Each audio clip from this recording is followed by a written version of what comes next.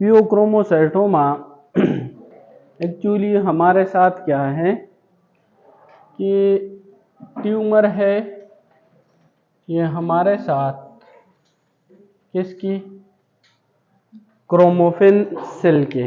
अब chromaffin cell वो होते हैं जो हमारे साथ मेड्यूला में होते हैं, medulla of the adrenal gland. और ये किससे हमारे साथ ओरिजिनेट हो चुके हैं, ये हमारे साथ न्यूरल क्रेस्ट सेल से ओरिजिनेट होते हैं, न्यूरल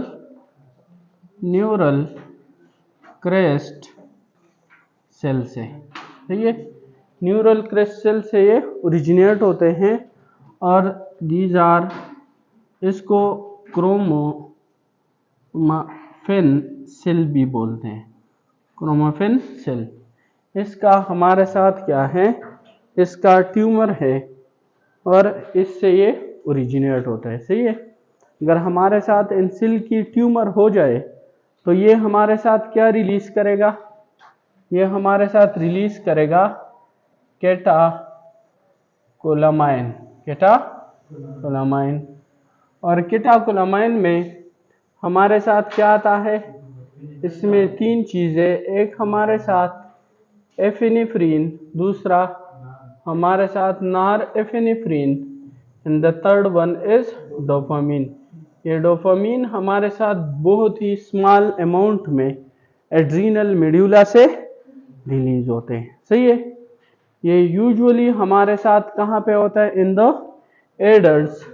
ये हमारे साथ एडल्ट, यूजुअली ये हमारे साथ एडल्ट्स में होता है, एडल्ट्स में। और हमारे साथ अगर ये बच्चों में हो जाए, सही है, तो उसको फिर हम क्या बोलते हैं, उसको न्यूरोब्लास्टोमा बोलते हैं, सही है। अब अगर ये सारे इसके जो क्लिनिकल फीचर्स आएंगे ना, that will be related to increase epinephrine, norepinephrine and dopamine, okay. जिस तरह हमारे साथ कुशिंग सिंड्रोम में रिलेटेड था किसके साथ, हाँ, कार्टिसोल के साथ, ओके। अब हमारे साथ इसमें एक होता है ना रूल्स ऑफ 10। रूल्स ऑफ 10 हम इसलिए बोलते हैं कि हमारे साथ इसमें कुछ चीजें होती हैं दैट इज 10%, मीन कि ये जो हमारे साथ ट्यूमर्स है ना, 10% ये हमारे साथ फेमिलियल है। एक तो हमारे साथ मेनली अगर किसी चीज की वजह से, मीन कि एक्वायर्डली कोई काज हो और वो इसकी क्या करे, ट्यूमर काज करे, सही है। लेकिन 10% केसेस में ये हमारे साथ क्या होगा, 10% केसेस में ये फेमिलियल होते हैं, फेमिलियल, ओके। 10% ये फेमिलियल, मीन कि हमारे साथ क्या होगा, फैमिली में क्या होगा, इसकी हिस्ट्री होगी। और फैमिली में जो हिस्ट्री, तो जेनेटिक कोई काज होगा ना, तो वो जीन्स हमारे साथ एक तो उसमें आ जाता है कि main syndrome, main 2A and 2B के साथ ये रिलेटेड होता है। एक हमारे साथ ये रिलेटेड होगा मेन में, मेन का मतलब है कि multiple endocrine neoplasm, multiple endocrine neoplasm, सही है। और ये हमारे साथ क्या होता है, multiple, mean pituitary gland involve होगा, पैराथायराइड ग्लैंड इन्वॉल्व होगा, और इसमें जो जीन्स की म्यूटेशन होती है that is RET gene, RET gene. ये जो रेड जीन है ना, ये हमारे साथ प्रोटो ऑन्कोजीन है, क्या है, प्रोटो ऑन्कोजीन, प्रोटो ऑन्कोजीन है, सही है। तो ये हमारे साथ क्या होगा, इसमें म्यूटेशन आ जाता है और इसकी वजह से हमारे साथ क्या होगा, एड्रीनल मेडुला में ट्यूमर काज होगा। सेकंड वन इज न्यूरोफाइब्रोमटोसिस के लिए जो जीन है that is present on chromosome 17, okay. ये हमारे साथ किस पे, क्रोमोसोम नंबर 17 पे प्रेजेंट होगा। And the next is VHL gene. ये जो दोनों जीन्स होते हैं ये हमारे साथ क्या होते हैं, these are tumour suppressor gene, tumour suppressor gene. तो ट्यूमर सप्रेसर जीन की हमारे साथ क्या होगा, इसकी फंक्शन हमारे साथ डिक्रीज हो जाती है, जो म्यूटेशन, तो ये जो सेल्स है ना उसकी एबनॉर्मल अनरेगुलेटेड प्रोलिफरेशन को हमारे साथ इनहिबिट नहीं कर पाएगा, सही है। और प्रोटो ऑन्कोजीन की क्या, इसकी फंक्शन डिक्रीज, ओके, ये दोनों, तो इसकी वजह से हमारे साथ इसमें ट्यूमर आ जाएगा, और ट्यूमर की वजह से हमारे साथ क्या होती है, एफिनेफ्रिन और नॉर एफिनेफ्रिन ये इंक्रीज हो जाएंगे, क्लियर। और एक इसके काज में आते कि इडियोपैथिक, कभी कभार हमें पता ही नहीं होता कि क्या हो रहा है, रीजन क्या है, सही है, और उसकी वजह से एफिनेफ्रिन और नॉर एफिनेफ्रिन इंक्रीज। नेक्स्ट हम इसी तरह की क्लिनिकल फीचर, अगर हम क्या यूज करें, माओ इनहिबिटर, मूड स्टेबलाइजर, सही है, कि सेरोटोनिन जो रीअपटेक होते हैं ना, माओ इनहिबिटर, ये एंजाइम है, अगर हम उसको यूज करें ना तो वो क्या करता है, एक्चुअली इस माओ इनहिबिटर ये हमारे साथ इसकी ब्रेकडाउन को क्या करता है, उसको इनहिबिट करते हैं एफिनेफ्रिन और नॉर एफिनेफ्रिन को, तो वो भी हमारे साथ क्या करेगा, देखो ये हमारे साथ क्या है, हमारे साथ नर्व एंडिंग है, सही है, तो इससे एफिनेफ्रिन और नॉर एफिनेफ्रिन हमारे साथ क्या होता है, रिलीज होता है। तो ये एंजाइम क्या करते हैं कि इसकी ब्रेकडाउन को क्या करेगा, इसकी ब्रेकडाउन करा देता है। अब अगर इसको हम क्या करें, इस एंजाइम के फंक्शन को क्या करें, ब्लॉक करें, सही है, तो वो एफिनेफ्रिन और नॉर एफिनेफ्रिन को क्या कर लेगा, ज्यादा कर लेगा। और नेक्स्ट हमारे साथ है थायरामिन, एक फूड है, ओके, थायरामिन। और थायरामिन हमारे साथ प्रेजेंट किस चीज में होता है, वो हमारे साथ चीज में, चॉकलेट में, से इस तरह की चीजों में हमारे साथ प्रेजेंट होता है, सही है। तो अगर उस फूड की हम क्या करें, थायरामिन की हम इंटेक ज्यादा करें ना, तो वो भी एफिनेफ्रिन और नॉर एफिनेफ्रिन को क्या, इसको बढ़ा देता है। और थायरामिन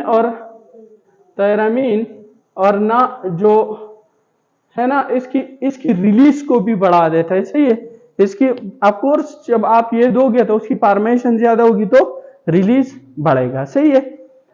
अब हमारे साथ जब एफिनेफ्रिन और नॉर एफिनेफ्रिन इंक्रीज हो जाए, से 10% तो ये फेमिलियल होता है, सही है, 10% ये बच्चों में होता है, 10% क्या होता है, 10% बच्चों में होगा, और 10% ये हमारे साथ बाइलेटरल होता है, 10% बाइलेटरल होता है, और 10% ये हमारे साथ बच्चों में होता है, और 10% ये हमारे साथ मैलिग्नेंट होता है, 10% मैलिग्नेंट होता है, सही है, मैलिग्नेंट।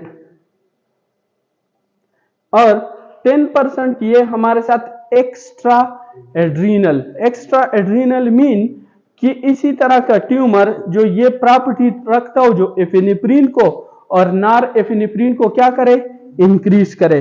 तो उसमें एक हमारे साथ है जकर कैंडल नहीं है, ये हमारे साथ क्या है, ये एओर्टा नहीं है, एओर्टा, इसके साथ यहाँ पे गेंग्लियानिक सेल्स होते हैं, गेंग्लियानिक सेल्स, और इस गेंग्लियानिक सेल्स को हम क्या करते हैं, जकर कैंडल, सही है। अगर इसकी ट्यूमर यहाँ पे ट्यूमर एराइज हो जाए, सही है, इससे, सही है, ये भी हमारे साथ न्यूरल क्रेस्ट सेल से आते हैं, न्यूरल क्रेस्ट सेल से आते हैं, सही है।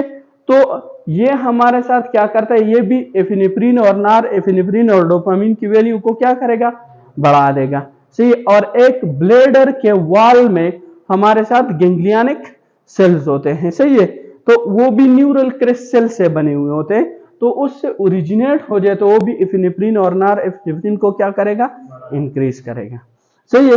अब इसकी हमारे साथ क्लिनिकल फीचर्स क्या होंगे, कि इसके क्या क्या क्लिनिकल फीचर्स हो सकते हैं, सही है, जकर कैंडल, सही है। अब पहले हमारे साथ देखो, हमारे साथ हार्ट है ना, और ब्लड वेसल्स है, हार्ट है और ब्लड वेसल्स है। जब हमारे साथ हार्ट और ब्लड वेसल पे हार्ट पे कौन से रिसेप्टर है हमारे साथ बीटा 1, और ब्लड वेसल पे कौन से हैं इस पे अल्फा 1 और बीटा 2, अल्फा 1 एंड बीटा 2। अब हमारे साथ क्या होता है कि यहां पे अगर एफिनेफ्रिन ज्यादा आ जाए एफिनेफ्रिन, तो बीटा 1 की एक्टिविटी क्या हो जाएगी, ज्यादा हो जाएगी। इसकी कंट्रैक्टिलिटी क्या हो जाएगी, मायोकार्डियम की ज्यादा हो जाएगी। इस एनोड एवी नोड वो ज्यादा हो जाएंगे। स्ट्रोक वॉल्यूम क्या हो जाएगा, ज्यादा हो जाएगा। और कार्डियक आउटपुट क्या हो जाएगा, ज्यादा। और सिस्टोलिक बीपी हमारे साथ क्या हो जाएगी, systolic BP will be increase. Systolic BP increase हो जाएगी। लेकिन यहां पे क्या है, ये बीटा 2 नहीं है, दीज आर इनहिबिटरी रिसेप्टर, ये इनहिबिटरी रिसेप्टर है, सही है। और बीटा 1 अल्फा 1 हमारे साथ क्या है, अल्फा 1 हमारे साथ स्टिमुलेटरी रिसेप्टर है। अब जब ये दोनों इफेक्ट कंबाइन होते हैं ना, तो ब्लड वेसल को क्या करते हैं, ये हमारे साथ ये कंट्रैक्ट करते हैं, सही है। ये हमारे साथ क्या करेगा, कंस्ट्रिक्ट करेगा, सही है। जब ये कंस्ट्रिक्ट करेगा इसको, सही है, तो टोटल पेरिफेरल रेजिस्टेंस क्या हो जाएगा, वो इंक्रीज हो जाएगा। और डायस्टोलिक बीपी डिपेंड कौन से किस पे करते हैं, टोटल पेरिफेरल रेजिस्टेंस पे। अब जब टोटल पेरिफेरल रेजिस्टेंस इंक्रीज हो जाए तो डायस्टोलिक बीपी भी इंक्रीज हो जाएगा, diastolic BP increase, okay. Diastolic, तो हमारे साथ पेशेंट में क्या होगा, हाइपरटेंशन, सही है। और ये बहुत सेवेयर टाइप ऑफ हाइपरटेंशन होते हैं। इसको हम क्या बोलते हैं कि दिस इज हाइपरटेंसिव अर्जेंसी, सही है।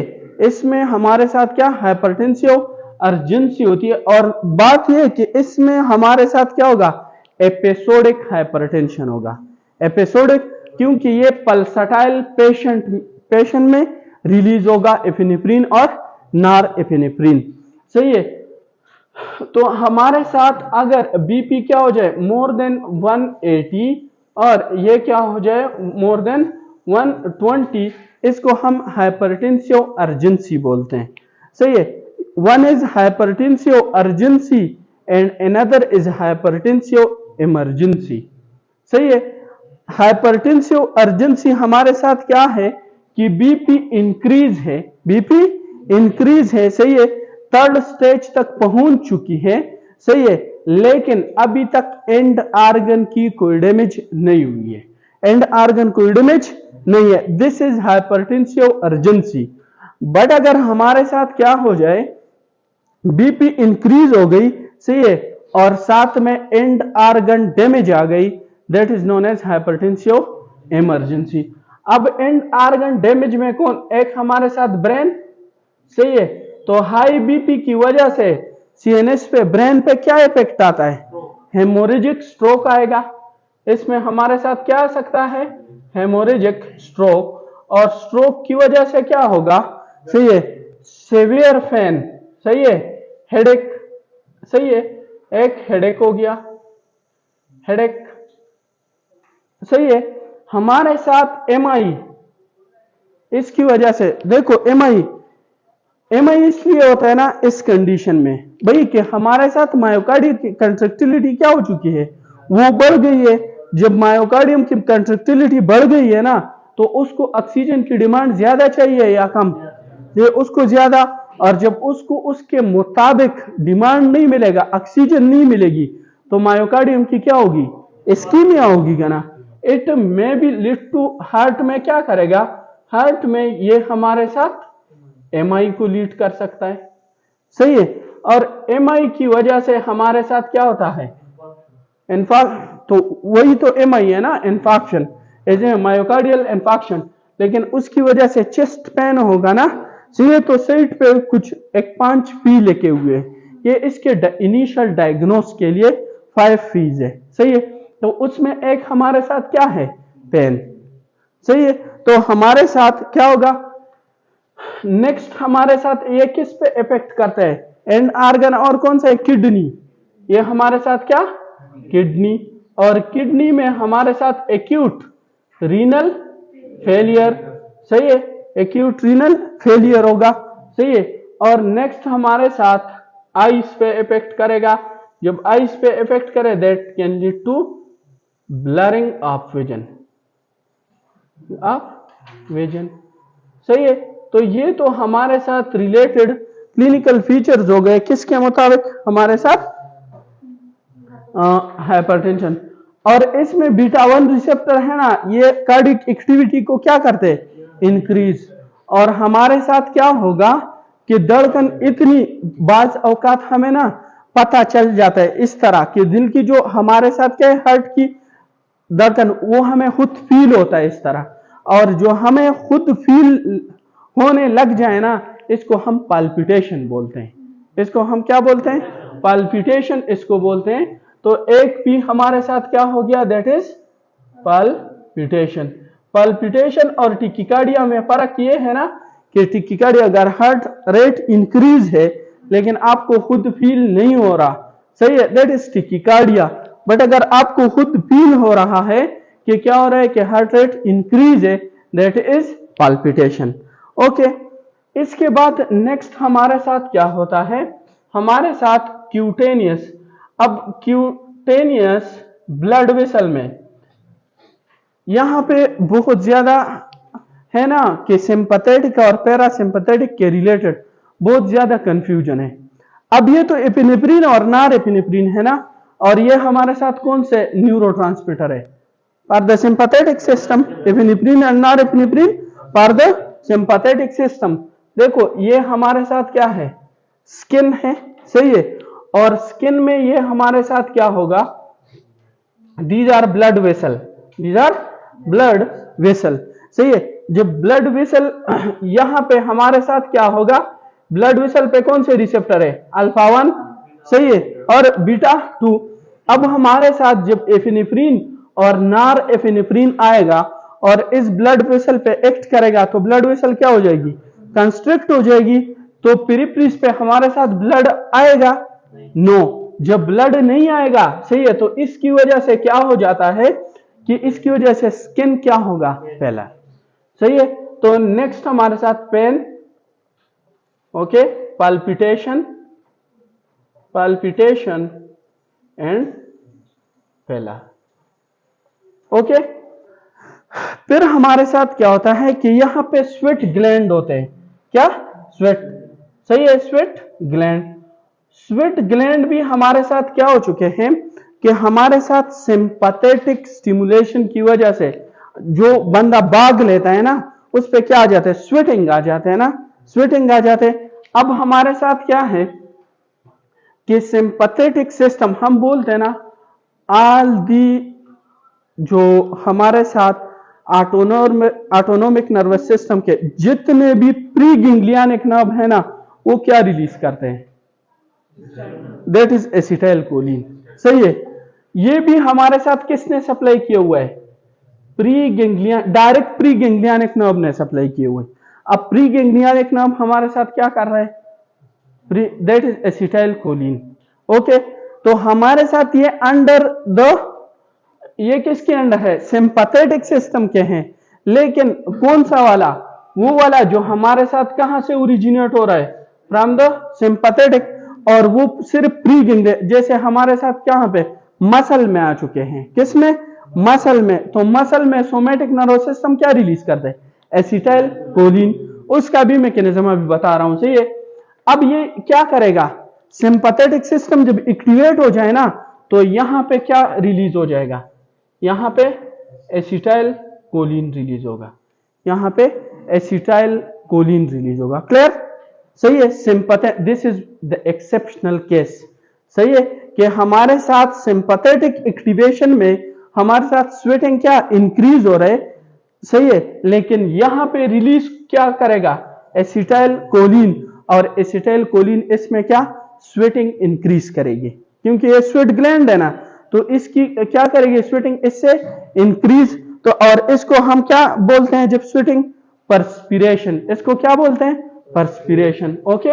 ये बुक में जो परस्पिरेशन लिखा हुआ है, इसका क्या मतलब है, इसका मतलब है sweating, increase sweating, okay, clear हो गया।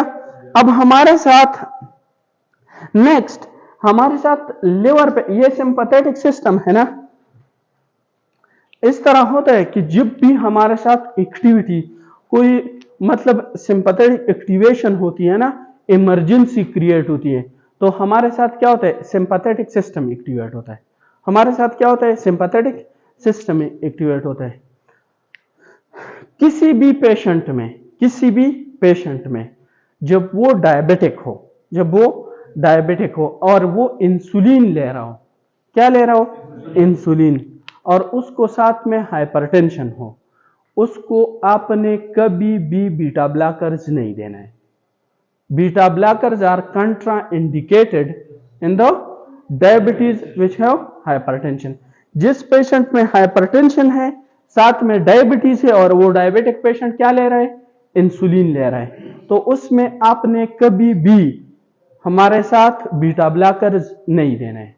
रीजन क्या है, हम मोस्टली क्या करते हैं, मोस्टली हम दे जाते हैं कि ये इंसुलिन क्या करो, स्किन में क्या लगाओ, और वो लगा लेते हैं। अब भाई इंसुलिन का जो सिरिंज होता है ना, सिरिंज, सही है, इस पे हमारे साथ इस तरह 100 डॉट्स होते हैं, 100, और एक डॉट का मतलब क्या है, 2 यूनिट्स। एक डॉट का मतलब क्या है, 2 यूनिट्स। हमारे साथ एक लड़की थी ना, फरजाना नाम था, आजाद कश्मीर का, अभी भी मुझे याद है, वो नए नए हाउस जॉब में आई हुई थी, सही है, और हमारे साथ पेशेंट आया हाइपरग्लाइसीमिया, वो डीके था उस पेशेंट को। उसको हमने बोला है कि जाके भाई उसको 10 यूनिट्स लगाओ, किसके, इंसुलिन के। उसने क्या किया भाई, ये सारा सिरिंज भर के उसको लगाया हुआ था, सारा सिरिंज उसको, और फिर उसने कहा कि मैंने कर लिया, उसका टाइम चला गया और वो निकल गई। और उस चीज में ना, ये 100 ml में लगाते हैं, सही है, उसमें 100 यूनिट इंसुलिन के डाले थे, सही। हम उसको ग्लूकोज दे रहे, फिर हाइपोग्लाइसेमिक, हम दे रहे, फिर हाइपोग्लाइसेमिक, सही है। अब मसला ये है ना, फिर हमने लास्ट में उससे पूछा कि आपने क्या किया, बोलते वो सिरिंज भर दी और वो लगा दी, उसमें वो रिमूव किया। फिर हमने से, क्योंकि हम 10% डेक्सट्रोज तक गए, उसका वो ठीक नहीं हो रहा था, हाइपो। डीके के पेशेंट क्या होते हैं, ग्लूकोज उसमें ज्यादा, लेकिन स्टिल आपने क्या देना होता है, उसको डेक्सट्रोज वाटर देना होता है, सही है, क्योंकि उसमें हम क्या, डेक्सट्रो वो पोटाशियम हाइपोकिलीमिया का करते हैं। अब हमारे साथ हम क्या करते हैं, उसके अटेंडेंट को हम इंसुलिन पकड़ा देते हैं कि ये आप इस पेशेंट को लगाओ, सही है।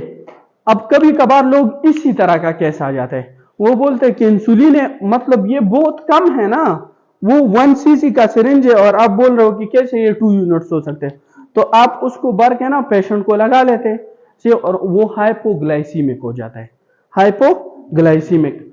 अब जब hypoglycaemia, this is emergency condition, सही है, तो हमारे साथ सिंपैथेटिक सिस्टम क्या हो जाएगा, एक्टिवेट हो जाएगा, और सिंपैथेटिक सिस्टम की वजह से उस पे पाल्पिटेशन आ जाएंगे और स्वेटिंग आ जाएगी, सही है। अब आपने क्या किए, आपने उसको बीटा ब्लॉकर्स दे दिए, जब बीटा ब्लॉकर्स दे दिए उसको पाल्पिटेशन आ जाएंगे, नो, स्वेटिंग आ जाए, क्योंकि सिंपैथेटिक सिस्टम तो आपने ब्लॉक कर दिया, सही है। उसको ये जो इमरजेंसी वाले फीचर्स है ना, ये नहीं आएंगे, सही है। और इस इमरजेंसी वाले फीचर के बेस पे हम बोलते हैं कि इसको क्या हुआ है, हाइपोग्लाइसीमिया हो चुका है, तो उसको हम ट्रीट करते हैं। वो इमरजेंसी जो वार्निंग साइन है, वो तो आपने ब्लॉक किए हुए, सही है, तो हाइपोग्लाइसीमिक जब हम पता लगाते हैं ना, हाइपोग्लाइसीमिक शॉक की वजह से वो मर जाता है, सही है। इसलिए हम ये बोलते हैं कि जो पेशेंट इंसुलिन इंटेक करता है, सही, इंसुलिन लगाते हैं, उसके साथ आप बीटा ब्लॉकर्स नहीं दे सकते, ये रीजन है। अब हमारे साथ जब ये क्या होता है कि आप सिंपैथेटिक एक्टिविटी एक्टिवेट हो जाता है, तो लिवर में क्या होता है, लिवर में बीटा 2 रिसेप्टर है, लिवर में बीटा 2 रिसेप्टर है। अब बीटा 2 रिसेप्टर के एक्टिवेशन का मतलब क्या है, इनहिबिशन करना, उसका मतलब है इनहिबिशन। अब जब इसकी इनहिबिशन हो जाती है, इनहिबिशन, तो ये ग्लाइकोजन के सिंथेसिस को क्या कर देगा, रोक देगा। जब ग्लाइकोजन की सिंथेसिस रोक जाएगी ना, तो खुद ब खुद उसकी क्या, ब्रेकडाउन स्टार्ट हो जाएगी। ग्लाइकोजन के सिंथेसिस रोकने का मतलब यह है कि आप उसको ये सिग्नल दे रहे हो कि क्या करो, उसकी ब्रेकडाउन स्टार्ट करो, तो ग्लाइकोजिनोलाइसिस स्टार्ट हो जाएगी, ग्लाइकोजिनोलाइसिस। सही है। और साथ में क्या हो जाएगा, ग्लूकोन्यूजेनेसिस, ग्लूकोन्यूजेनेसिस। सही है। और ये हमारे साथ क्या करते हैं, ग्लूकोज को बढ़ा देता है, lead to hyperglycaemia, it can lead to hyperglycaemia. सही है। तो इस मैकेनिज्म से हमारे साथ क्या हो जाएगा, ग्लूकोज की वैल्यू, और ये क्या करता है, लीड टू हाइपरग्लाइसीमिया। इसके बाद ये जो सिंपैथेटिक सिस्टम है, ये हमारे साथ इफेक्ट करता है किस पे, सीएनएस पे, और सीएनएस पे स्पेशली ये इफेक्ट करता है किस पे, लिम्बिक सिस्टम पे, and limbic system is related to emotion. वो हमारे साथ क्या है, इमोशन।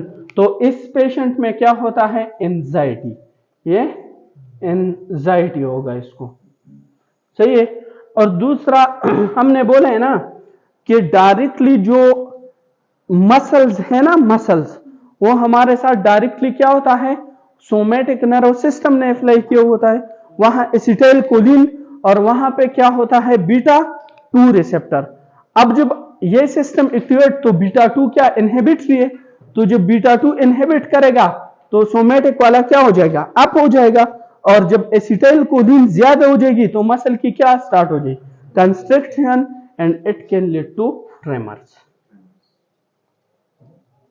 ट्रेमर स्टार्ट हो जाएगी इस पेशेंट को। क्लियर है। तो ये हमारे साथ इसमें क्या होंगे, फीचर्स होंगे फियोक्रोमोसाइटोमा में। क्लियर हो गया इसका। अब इसको हम कैसे डायग्नोस करेंगे, हाउ टू डायग्नोस। पहले तो हमारे साथ क्या होगा, इसमें ये हमारे साथ क्या होगा, इंक्रीज बीपी, इसमें क्या लिखो, प्रेशर। इस पेशेंट, ये जब आपके साथ आएगा ना, ये पेशेंट एपिसोडिक हेडेक की हिस्ट्री देगा, एपिसोडिक हेडेक। अब जब आप चेक करोगे ना, तो इसमें क्या होगा, एक तो इसकी बीपी इंक्रीज होगी, सही है, इसको बार बार स्वेटिंग होगा, सही है, failure, palpitation and headache pain, ये 5 फी। तो आप क्या करते हो कि आप हमारे साथ इसमें चेक करते हो, यूरिन और ब्लड की टेस्ट करोगे, इसमें क्या करोगे, यूरिन और ब्लड की टेस्ट करोगे। अब हमारे साथ यूरिन और ब्लड में आपने क्या क्या चेक करना है, उसमें हमारे साथ ये जो केटाकोलामाइंस बनते हैं ना, तो ये किस चीज से बनते हैं, ये हमारे साथ टायरोसिन से बनते हैं। सही है, टायरोसिन, फिर ये डोपा, ओके, फिर हमारे साथ इससे डोपामीन, फिर इससे क्या बनता है हमारे साथ, नॉरएपिनेफ्रिन एंड देन एपिनेफ्रिन। सही है। इन दोनों के हमारे साथ साइटोक्रोम एंजाइम होता है, cytochrome methyl transferase enzyme, okay, cytochrome O methyl transferase, वो क्या करेगा, वो इस पे इफेक्ट करके इसको मेटा एपिनेफ्रिन और नॉर मेटा एपिनेफ्रिन उसमें चेंज कर देते हैं। और मेटा किसका होगा, ये एपिनेफ्रिन का मेटाबोलाइट होगा, से मेटा एपिनेफ्रिन और नॉर मेटा। और इस बुक में इसको विनाइल मेंडेलिक एसिड, सही है, ये भी इसका क्या है, VMA, ये इसका क्या है, मेटाबोलाइट है, इसको दूसरा विनाइल मेंडेलिक एसिड के इस तरह नाम ले रहे थे, ये जो बुक में लिखा हुआ है। सही है।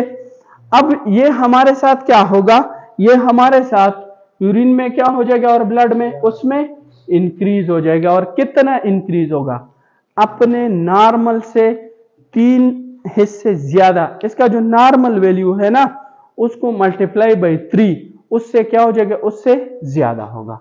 सही है। अब अगर ये इससे ज्यादा है तो हमने क्या करना है, इसको चेक करेंगे, ये हम क्या करेंगे, ये हाँ, ये मेटाबोलाइट्स भाई, ये जब ज्यादा प्रोड्यूस होगा तो ये एंजाइम ज्यादा काम करेगा ना, तो उसकी मेटाबोलाइज नहीं होगी। जब प्रोडक्शन उसकी ज्यादा है तो उसकी मेटाबॉलिज्म भी ज्यादा होगा ना, सही है, ब्रेकडाउन भी ज्यादा होगा ना, सही। वो मैंने जो आपको बता दिया है ना, ये मैंने इसलिए बताया है, सही है, कि वो क्या कर रहा है, वो ड्रग्स है हमारे साथ, वो इसको रोक देते हैं, सही है। तो अगर हमारे साथ क्या है, ये इंक्रीज कर रहे हैं, सही है, इसकी वैल्यू क्या हो रहा है, इंक्रीज हो रहा है, सही है। तो वो हम क्या करेंगे, ब्लड में चेक करेंगे, सही है। अब जब हम इसको ब्लड में, अब एक बात है ना, यहाँ पे एक कंफ्यूजन ये भी आ रहा है, सही है, कि ये इसकी क्या कर रहे हैं आप सर, ये भी बोल रहे हो कि इसकी ब्रेकडाउन को ये भी इनहिबिट करेंगे, माओ एंजाइम।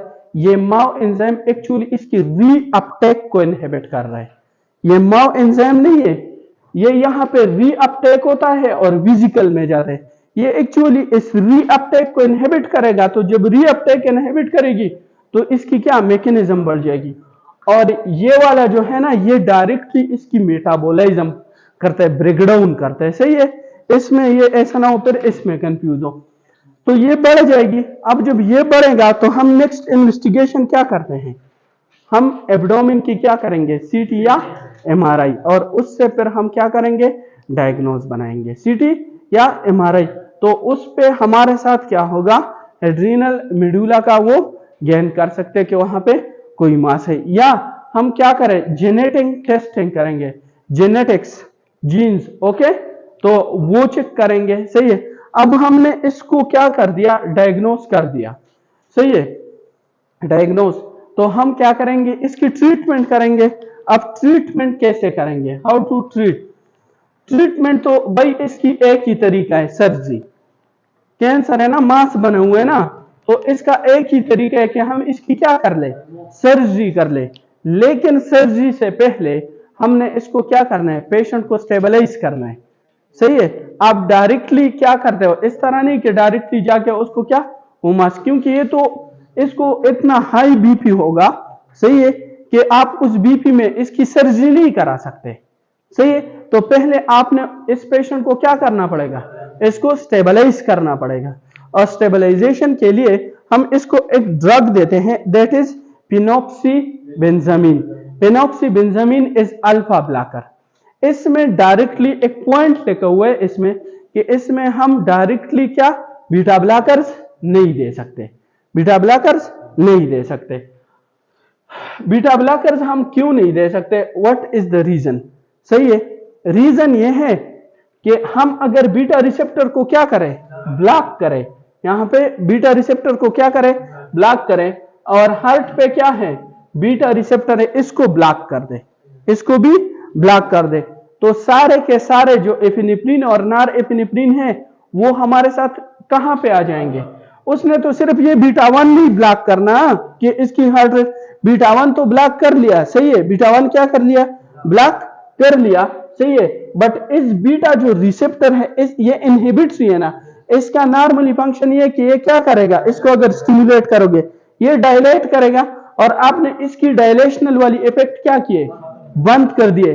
और अल्फा 1 क्या है, अल्फा 1 स्टिमुलेट है, उसको आप क्या कर रहे हो, यहां जब एफिनेफ्रिन इफेक्ट नहीं करेगा तो ये वहां पे जाएगा, सही है। तो वो जो स्टिमुलेट है उसको बढ़ा रहे हो, और जो डायलेट कर रहे हो उसको आप क्या कर रहे हो, कम कर रहे हो, सही है।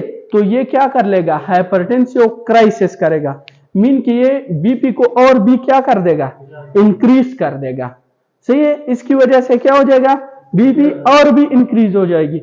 इसलिए हम क्या करते हैं कि हम पहले इसमें क्या, अल्फा ब्लॉकर, और ये इर्रिवर्सिबल अल्फा ब्लॉकर है, इर्रिवर्सिबल अल्फा ब्लॉकर है।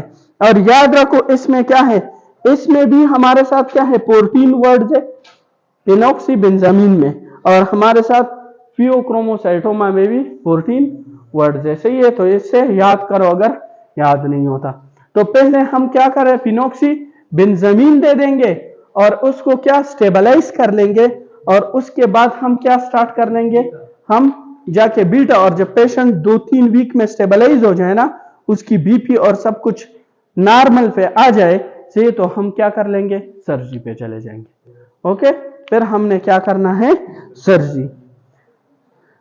ये हमारे साथ क्या हो गए, सारे के सारे जो एंडोक्राइन में अब दो ही ग्लैंड रह गए, एक pancreas see and the next one is reproductive system जो है।